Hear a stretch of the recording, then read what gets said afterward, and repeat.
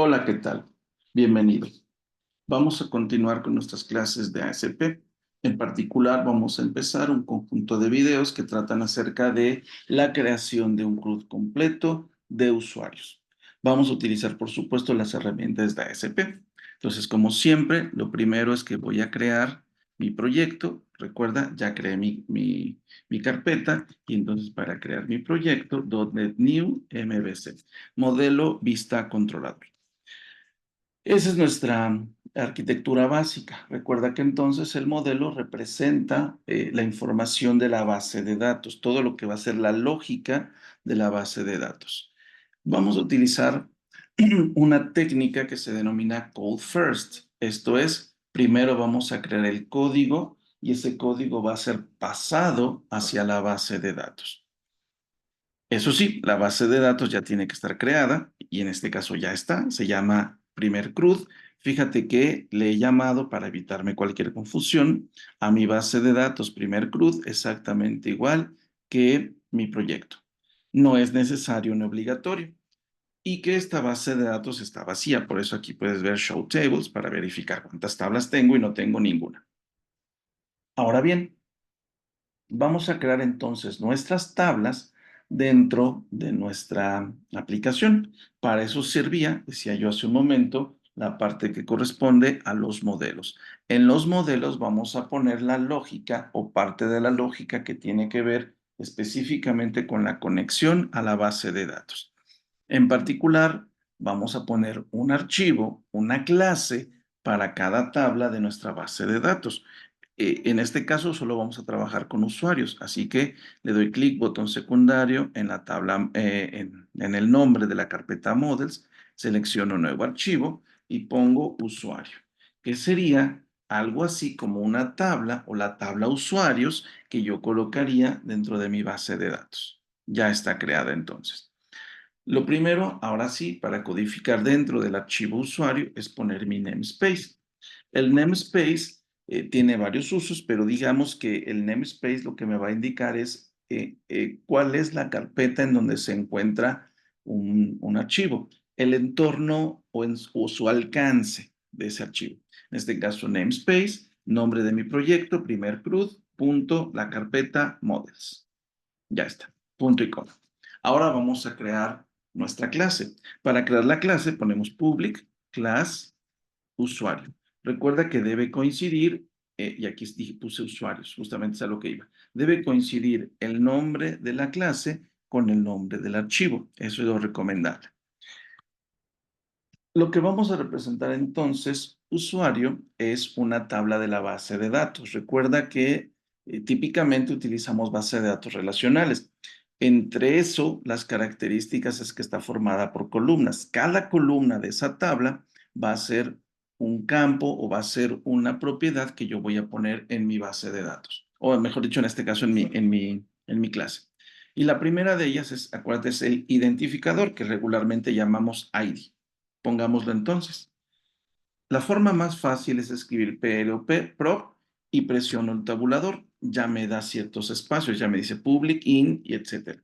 Le doy otro tabulador y pongo ahora int.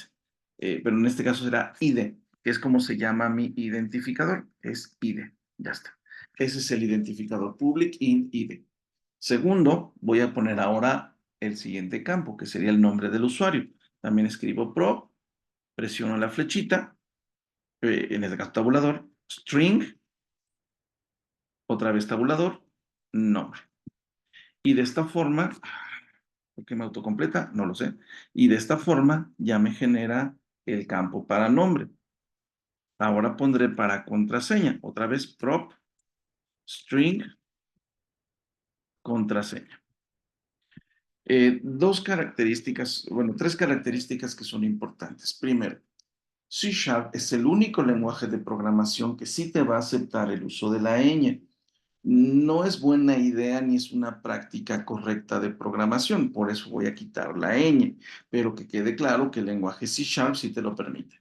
Segundo, aquí me está mandando unos warnings. Estos warnings solo representan que puede haber un error, y el error es que no acepta espacios vacíos o no acepta valores vacíos. Entonces, ¿cómo le hago? Tengo tres opciones para poder corregirlo. La primera opción es poner después del tipo de dato string un símbolo de interrogación. Con eso ya le estoy diciendo que sí puede quedar vacío. Fíjate cómo ahora contraseña no me lo marca. Y lo mismo podría hacer con nombre. La segunda forma, que es la que yo voy a utilizar en este caso, es asignarle un valor, aunque por ahora sea un valor vacío. De esta forma, ya me evito que me marque esos errores, que en realidad no son errores, son simplemente warnings. La tercera forma, que solo la comentaré, es utilizar un constructor. No estamos usando para este caso el constructor, así que así está bien. Eso es lo segundo que iba a comentar. Tercero y también más importante.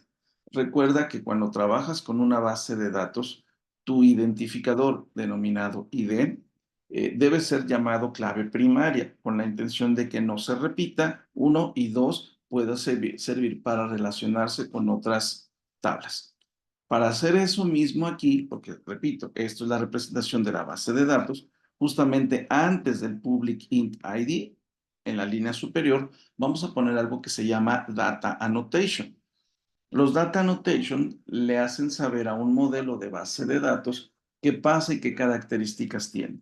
En este caso, por ahora, solo diremos que es una clave principal, con lo cual ponemos la palabra key. Pero la K es mayúscula. Y fíjate cómo al estar escribiendo me dice que se necesita system.componentModel data annotation. Sin problema, lo selecciono y observa cómo en la parte superior ella me agrega el using correspondiente.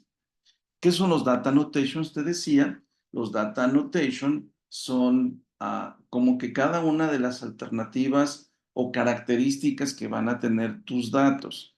En este primer caso, estoy diciendo que public int ID es una clave principal, pero también podría ponerles más cosas, como si un dato es requerido, su longitud máxima, su longitud mínima, y lo más interesante, después veremos las claves foráneas. Por ahora, con eso será suficiente para la creación de este modelo. Recuerda, este modelo representa una tabla en la base de datos. Nos vemos en la siguiente clase, en el siguiente video, para explicar cómo realizar la conexión entre mi base de datos formalmente y este modelo que acabamos de crear.